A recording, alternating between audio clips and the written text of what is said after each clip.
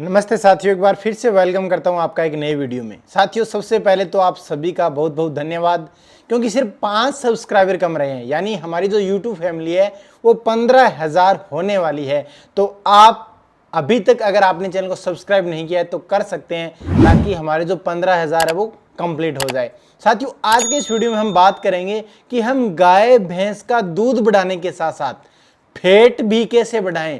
क्योंकि साथियों, अगर फैट सही नहीं आ रहा है, फैट कम आ रहा है, तो हमारा जो डेयरी में हम जब दूध लगाते हैं तो रेट कम मिलता है, हमें मूल्य कम मिलता है। और ऐसे में खर्चा आजकल काफ़ी बढ़ गया है। तो ऐसे में खर्चे के हिसाब से अगर हम देखें तो फिर हमें मूल्य प्रॉपर नहीं मिल पा रहा है। तो ऐसे में फैट काफ़ी महत्वपूर्ण स्थान रखता है। तो आज के इस वीडियो में आपको बताने वाला हूँ कि आप दूध भी बढ़ेगा और साथ ही साथ फैट भी कैसे बढ़ाएं। वीडियो को एंड तक जरूर देखना और आप लाइक जरूर कर देना अभी से। साथियों, देखिए करना क्या है आपको, आपकी गाय भैंस को आप संतुलित पशु आहार खिला रहे हैं प्रॉपर रूप से। अब साथियों, संतुलित पशु आहार में कई बार क्या होता है कि पशुपालक भाई छोटी छोटी गलतियां कर देते हैं और उन गलतियों की वजह से खर्चा उतना ही आ जाता है, लेकिन दूध तो बढ़ जाता है, लेकिन फैट है वो कम आता है। जैसे इसमें अगर हम बात करें तो नमक की बात हो गई। साथियों, नमक में सोडियम होता है, पोटेशियम होता है, और साथ ही साथ नमक है वो पाचन प्रक्रिया को सुचारू बनाने में बहुत महत्वपूर्ण भूमिका निभाता है। तो नमक का ज़्यादा खर्चा नहीं है, लेकिन बहुत सारे पशुपालक भाई है वो या तो नमक डालते नहीं है या फिर सही मात्रा में नहीं डालते हैं। तो ऐसे में दूध तो बढ़ सकता है, लेकिन फैट बढ़ाने में नमक का भी बहुत महत्वपूर्ण स्थान होता है। दूसरा आता है साथियों, जो हम मीठा सोडा देते हैं ना पशु को, वो भी बहुत सारे पशुपालक नहीं देते हैं। लेकिन मीठा सोडा भी पशु का जो रूमन है उसको तरोताज़ा रखने में, ताकि उसके अंदर जो जीवाणु हैं, जो बैक्टीरिया है, जो भोजन पचाने में सहायता करते हैं, उनकी कमी न आए, और साथ ही साथ पाचन तंत्र मजबूत बना रहे, पशु प्रॉपर जुगाली करता रहे, गोबर पशु का सही से आए। ऐसे में हमें मीठा सोडा भी पशुओं को 10 दिनों तक खिलाना है, 10 दिनों तक नहीं खिलाना है। इस प्रकार की प्रक्रिया रखेंगे ना तो फिर ये प्रॉब्लम नहीं आएगी, यानी पशु का जो फैट है वो प्रॉपर सही से रहेगा। इसके साथ साथ हमें जो हम संतुलित पशु आहार दे रहे हैं उस पर भी गौर करना है, वो भी मैं आपको आगे बताऊंगा। साथ ही साथ कुछ अन्य औषधियां जो आपको अपने पशु को खिलानी है, उनका खर्चा ज़्यादा नहीं है, लेकिन आप उनकी मात्रा है वो अगर संतुलित पशु आहार के साथ देंगे ना तो काफ़ी ज़्यादा बेनिफिट होने वाला है। पशु का दूध भी बढ़ेगा और फैट भी, वसा भी बढ़ेगी। साथियों, सबसे पहले तो मैं आपको बता दूं कि आप अपने पशु की डिवॉर्मिंग जरूर करवा दें, क्योंकि 80 से 90 दिनों के बाद जब आप अपने पशु के पेट के कीड़ों को खत्म कर देते हैं ना, तो जो भी आप खिलाएंगे ना वो पशु अच्छे से खाएगा भी और पशु के लगेगा भी। ये बहुत जरूरी है।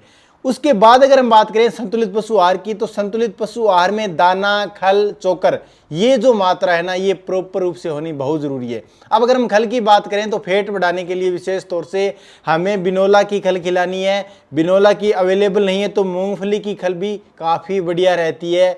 मूंगफली की भी नहीं है तो सरसों की खली खिला सकते हो। लेकिन अगर ये तीनों खली मिल जाए तो भाई इनको आप मिक्स करके, यानी मान लीजिए आपको 30% खली खिलानी है अपने पशु को, तो उसमें आप तीनों को मिक्स कर सकते हो थोड़ा थोड़ा, बहुत इंपॉर्टेंट रहता है। दाने की अगर हम बात करें तो दाने में आप गेहूं लें, मक्का लें, बाजरा लें, जौ लें, ये चारों चीज़ें मिक्स अप करके खिलाएंगे। क्योंकि हर एक अनाज के अंदर जो मिनरल्स होते हैं, जो विटामिन होते हैं, वो तत्व कम ज़्यादा होते हैं। तो ऐसे में सारे अगर आप जो अनाज है वो मिश्रण करके खिलाएंगे ना, उससे पशु का जो हाजमा है ना वो भी प्रॉपर बना रहेगा। पशु जो आप बांटा खिला रहे हो वो खाएगा भी अच्छे से। अब हम बात करें चोकर की साथियों, तो चोकर का बहुत महत्वपूर्ण स्थान रहता है, क्योंकि इसमें फाइबर की मात्रा भी होती है वसा के साथ साथ। तो आपको करना क्या है, गेहूं का चोकर खिलाना है अपने पशु को। गेहूं का चोकर नहीं है तो चने के छिलके खिला सकते हो, या फिर जो मूंग की चूरी आती है वह भी खिला सकते हो। अब इन सभी जो तत्व है ये, इनमें खर्चा कोई ज़्यादा नहीं है।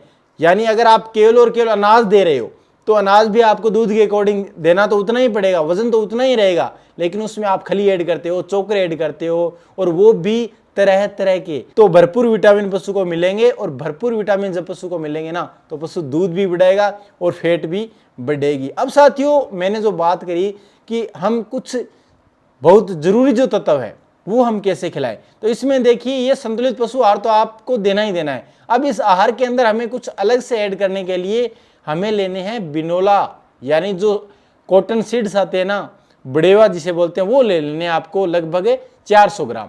400 ग्राम बड़ेवा ले लें। 200 ग्राम आपको लेना है तारा मीरा। तारामीरा आप समझ ही रहे होंगे, और 100 ग्राम आपको लेना है सरसों। ये तीनों चीज़ें आपको अच्छे से मिक्सअप करनी है। बिनोला को आपको गर्म करना है, लगभग 4 लीटर पानी लें आप। 4 लीटर पानी में आप 500 ग्राम या 400 ग्राम बिनोला डालें। अगर भैंस है तो 500 ग्राम, गाय है तो 400 ग्राम काफ़ी रहेगा।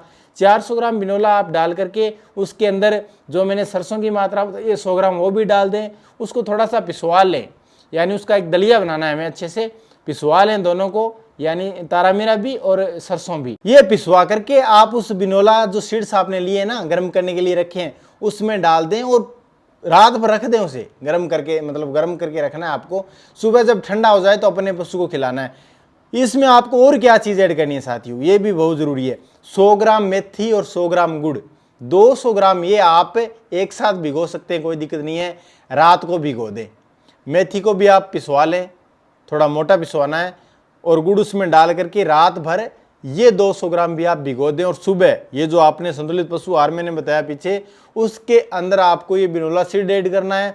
बिनोला सीड्स के साथ साथ उसमें जो हमने सरसों वगैरह तारामीरा वगैरह डाला है ना, उसी के अंदर आपको ये वाला भी, यानी मेथी और गुड़ वाला जो आपने पानी रात भर भिगो करके रखा है ना, ये भी उसी के अंदर डाल देना है।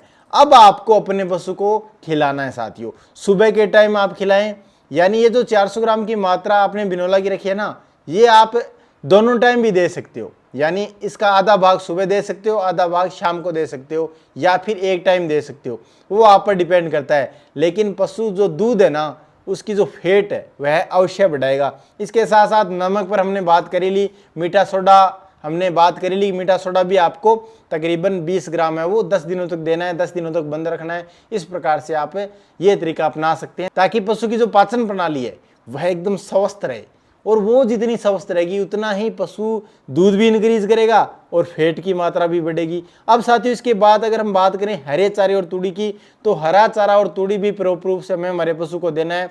सूखा जो तूड़ी है ना, वो भी मिक्स जरूर करना है, क्योंकि केवल हरा चारा अगर हम खिलाएंगे ना, तो पशुओं को दस्त लगना या फिर अफारा आना, ये शिकायतें हो सकती है। तो सूखा चारा भी बहुत ज़रूरी है, उसमें भी फाइबर की मात्रा रहती है। अब साथियों गुड़, मेथी, सरसों, तारामीरा, बिनोला के जो सीड्स है, जो कॉटन सीड्स है, ये सारी चीज़ें पशु का फैट बढ़ाएगी, और संतुलित पशु आहार आपके पशु का दूध बढ़ाता ही बढ़ाता है। आई होप वीडियो आपको पसंद है, लाइक ज़रूर कर दें। धन्यवाद। जय हिंद। राम राम।